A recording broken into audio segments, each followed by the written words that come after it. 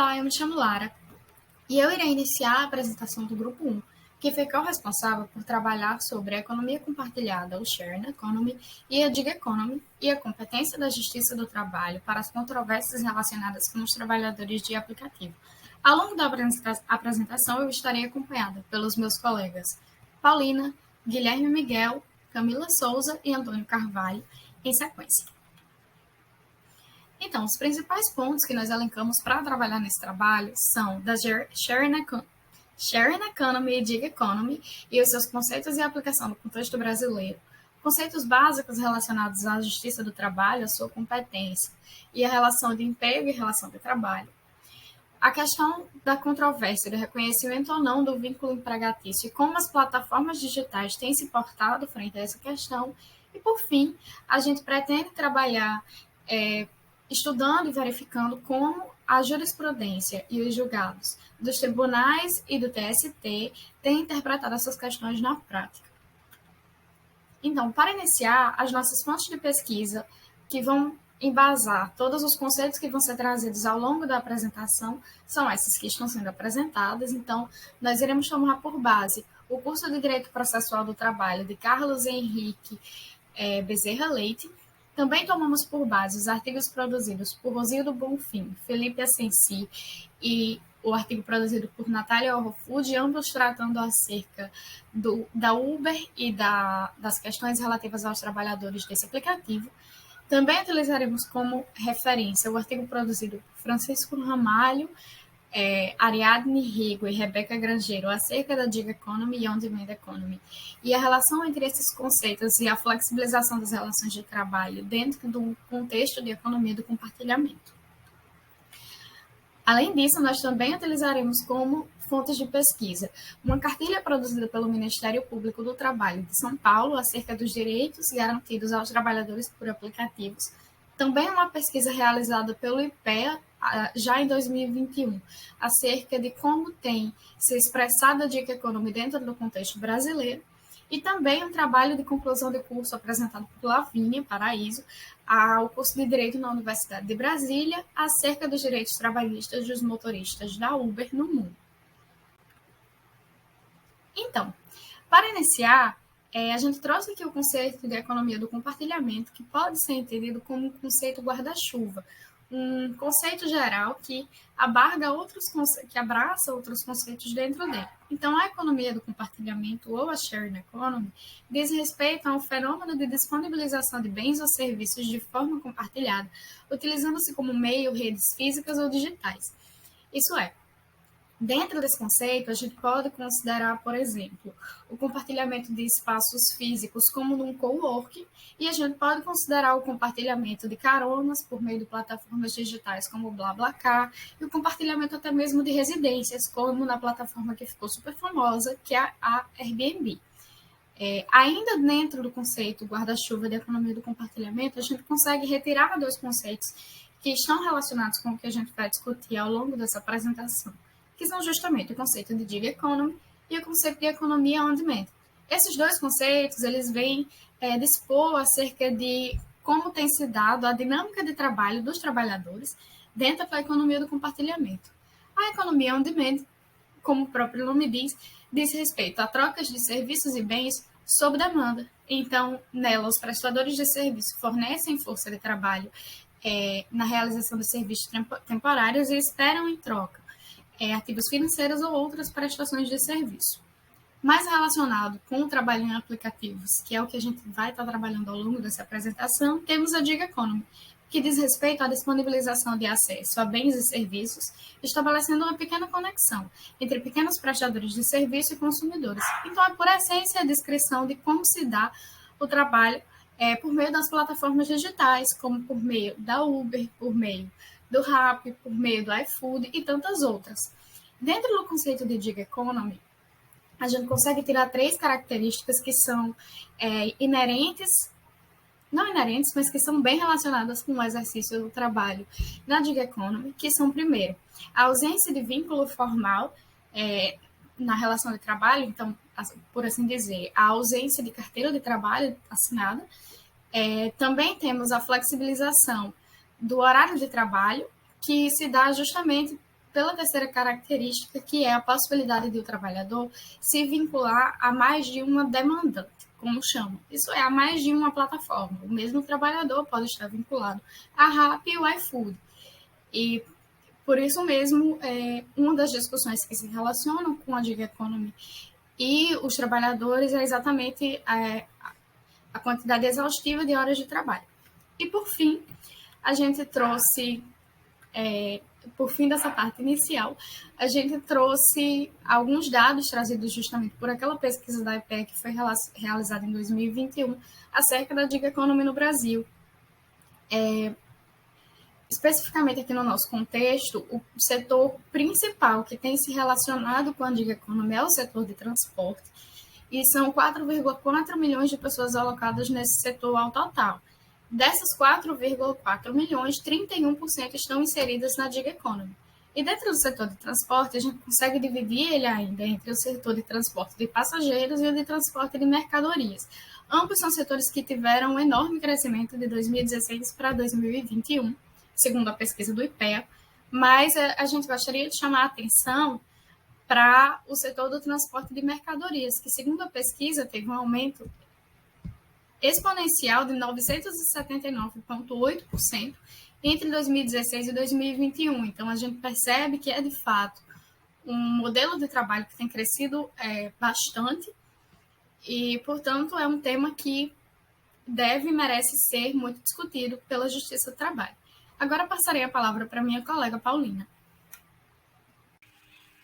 Então, dando continuidade ao que Lara já estava explanando, e para que possamos fazer uma discussão mais profícua sobre o denominado direito do trabalho 4.0 e todas essas relações que a envolvem, nós precisamos de antemão entender o que viriam a ser relações de emprego e relações de trabalho, que são conceitos básicos e que devem ser diferenciados com mais precisão. Para facilitar esse estudo, nós podemos dizer que relação de trabalho é gênero da qual a relação de emprego é espécie. Dessa forma, toda relação de emprego é uma relação de trabalho, mas nem toda relação de trabalho é relação de emprego. Ok, mas de que modo elas se diferenciam, né?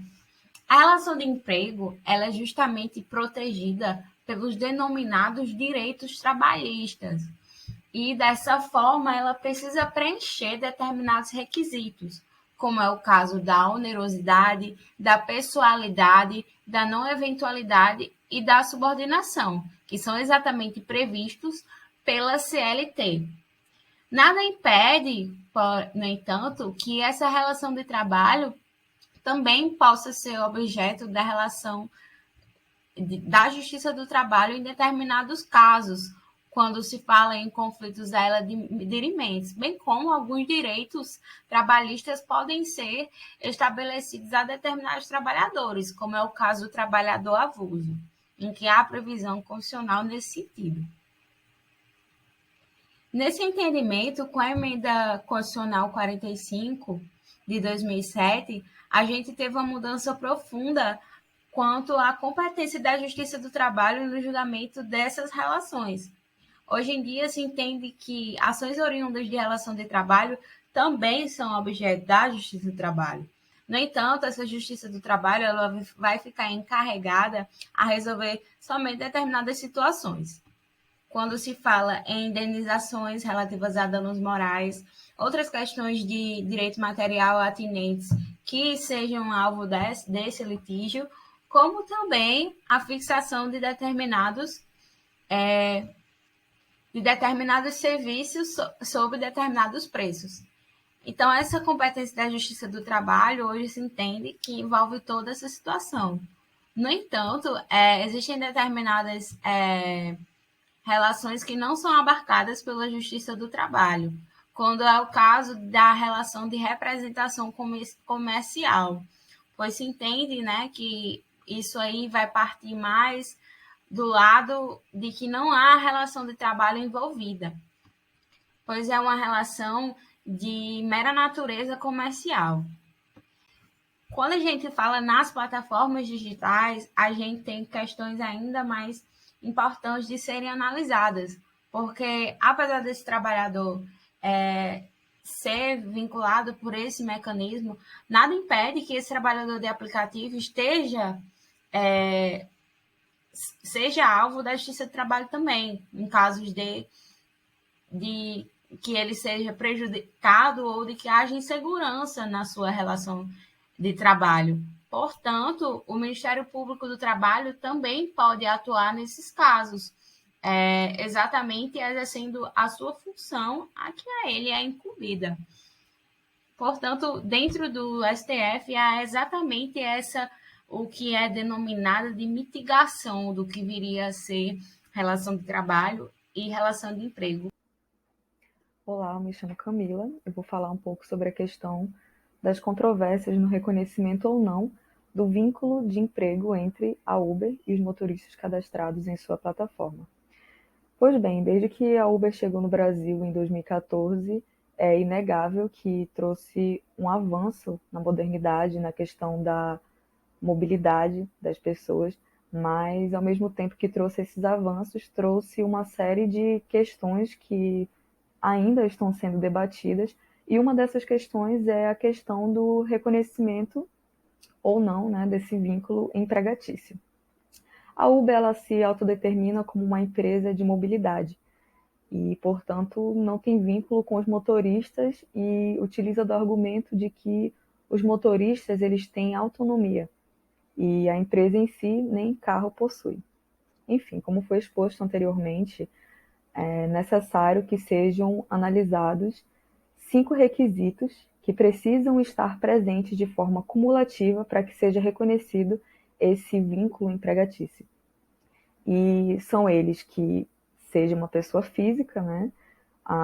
O requisito da pessoalidade, da onerosidade e da não eventualidade e da subordinação. Esse último da subordinação é o requisito onde há as maiores controvérsias. A primeira decisão a reconhecer a competência da Justiça do Trabalho e a relação de emprego foi da primeira turma do TRT da segunda região. E o caso ele se deu da seguinte maneira. A empresa, em sede de contestação, ela arguiu preliminar de incompetência absoluta da Justiça do Trabalho, visto que não existia vínculo empregatício.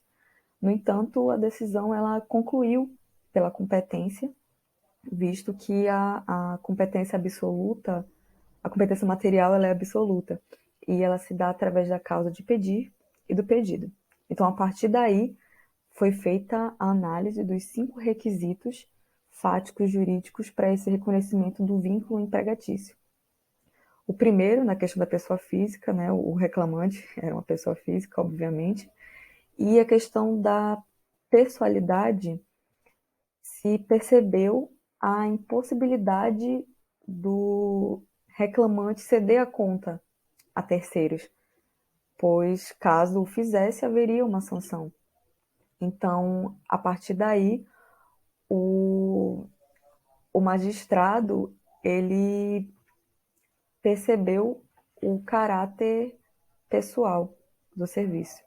Em relação à onerosidade, foi visto a questão dos recebimentos semanais, né? Um padrão da Uber pagar semanalmente seus motoristas.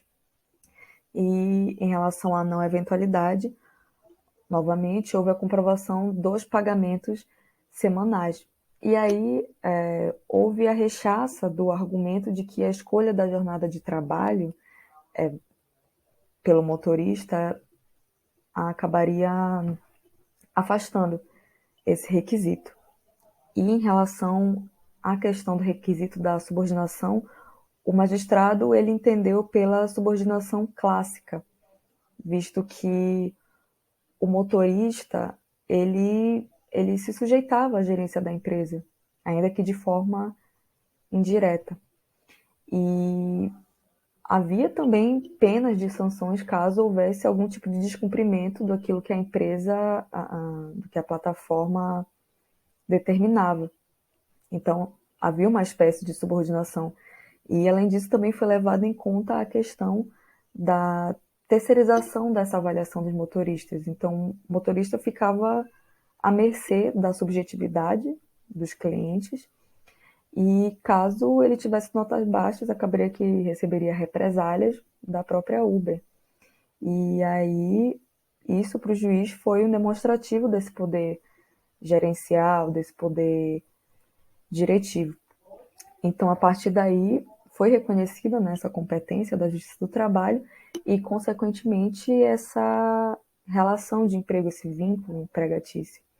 E é interessante porque demandas similares a estas foram aparecendo, foram surgindo de várias formas e não há um entendimento pacífico. Na verdade, há muita discordância, né? Existem muitas decisões favoráveis do TRT que acabam caindo quando chegam no TST. E, na maioria das vezes, se entende que o motorista ele é autônomo. E aí o requisito da subordinação acaba caindo por terra porque ele é afastado, então, consequentemente, o reconhecimento do vínculo ele também é. Bom, dando seguimento, agora quem vai apresentar sou eu, Guilherme Miguel, do Grupo 1 também. Como a gente viu, as empresas argumentam que a sua função é de unicamente conectar os trabalhadores independentes com os consumidores finais, não se tratando, portanto, de uma relação entre empregado e empregador.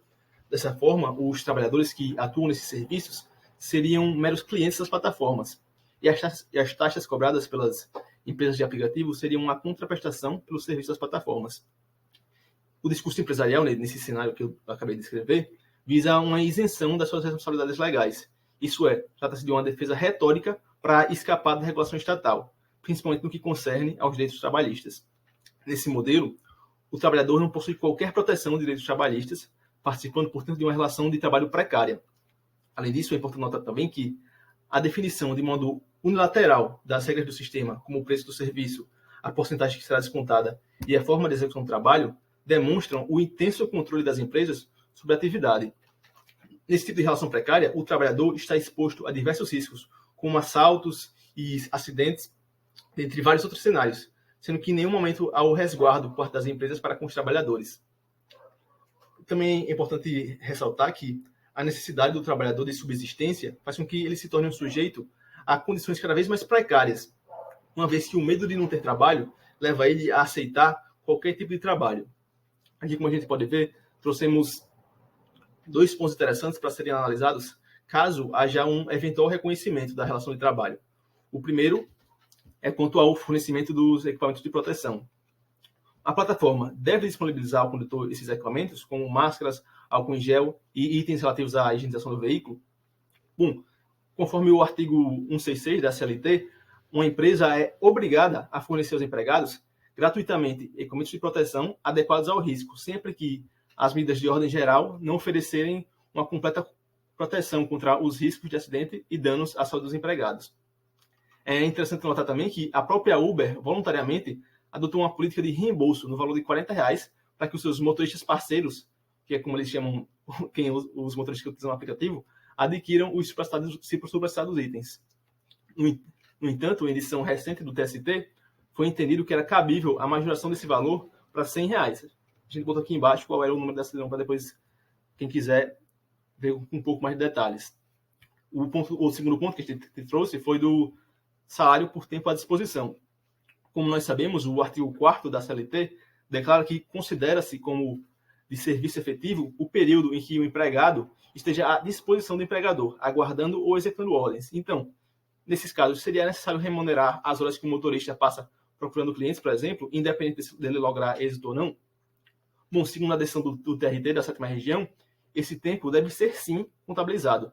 Na referida decisão, o juiz do trabalho Germano Siqueira reconheceu esse direito aos motoristas que estabeleceram a conexão com o aplicativo e ficaram disponíveis por, no mínimo, 220 horas semanais. Esses 2 julgamentos são bastante interessantes para a gente ver o que vai acontecer em seguida. Haja visto que são decisões bastante recentes e não é, até o momento, um entendimento consolidado, principalmente nos tribunais superiores. Bom, agora a gente vai passar para a conclusão do trabalho com o nosso próximo colega. Olá, me chamo Antônio. E bem, sobre as conclusões, é que ainda é um tema controvertido. Isso quer dizer que ainda existem muitas forças disputando o protagonismo desse tema. Em decorrência dessa economia de compartilhamento, que a gente já falou um pouquinho atrás, essas novas formas de trabalho que surgiram juntas dela, em que esse trabalhador inserido no contexto de plataforma digital não possui vínculo formal, possui uma certa flexibilidade de horários e também pode prestar esse serviço a vários demandantes diferentes, isso cria algumas distorções, que é uma espécie de economia de pequenos autônomos mediados por uma grande empresa.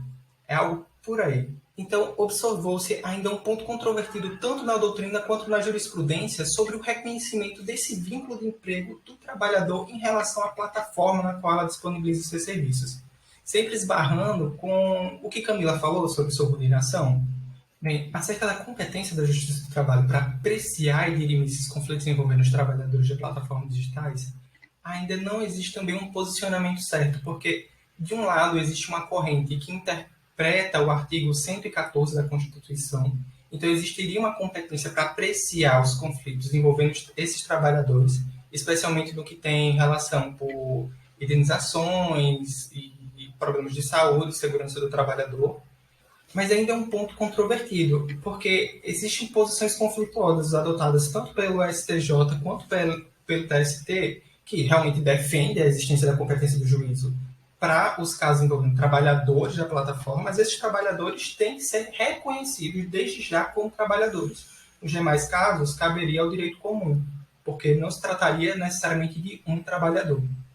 Então, já tomando como exemplo, a gente pode pegar o agravo de instrumento do TST, que foi... Eu não vou entrar nos números, vocês podem ficar à vontade para printar ou pausar, mas, bem, esse caso, inclusive, foi julgado recentemente, em 2020, em que ele trata do reconhecimento do vínculo do motorista do Uber. Mas ele volta ao ponto da subordinação, em que ficar offline, sem delimitação de tempo ou circunstância que indicaria a ausência completa e voluntária da prestação de serviços. Ou seja, teria plena flexibilidade e não seria subordinado à plataforma da Uber. Em outro sentido, no TRT você consegue encontrar decisões que reconhecem o vínculo de emprego. Esse aqui é bem interessante porque ele vai dizer que a tecnologia sempre será bem-vinda, porém não pode ser utilizada como forma de subtrair os direitos dos trabalhadores. E aí, nesse caso, ele equipara os efeitos jurídicos da subordinação exercida por meios telemáticos e informatizados àqueles empreendidos por meios pessoais e diretos. Na tentativa de reconhecer um vínculo, mesmo que ele possa sair e entrar, ele continua tendo que prestar serviço para aquela plataforma. E já na ação do STJ do ministro relator Antônio Carlos Ferreira, ele declara que compete à justiça comum e não a especializada processar e julgar a ação reparatória proposta contra a parte com a qual o autor não possua nenhuma relação trabalhista. E isso inclui o vínculo do autônomo com a plataforma. Bem, o que a gente pode ver é que não existe um consenso ainda. Existem muitas forças contrárias que disputam esse protagonismo. Então, você vai ver grupos de trabalhadores autônomos sindicalizados e tudo isso na tentativa de encontrar-se dentro do direito. Bem, esse foi o nosso trabalho, ficamos à disposição e obrigado.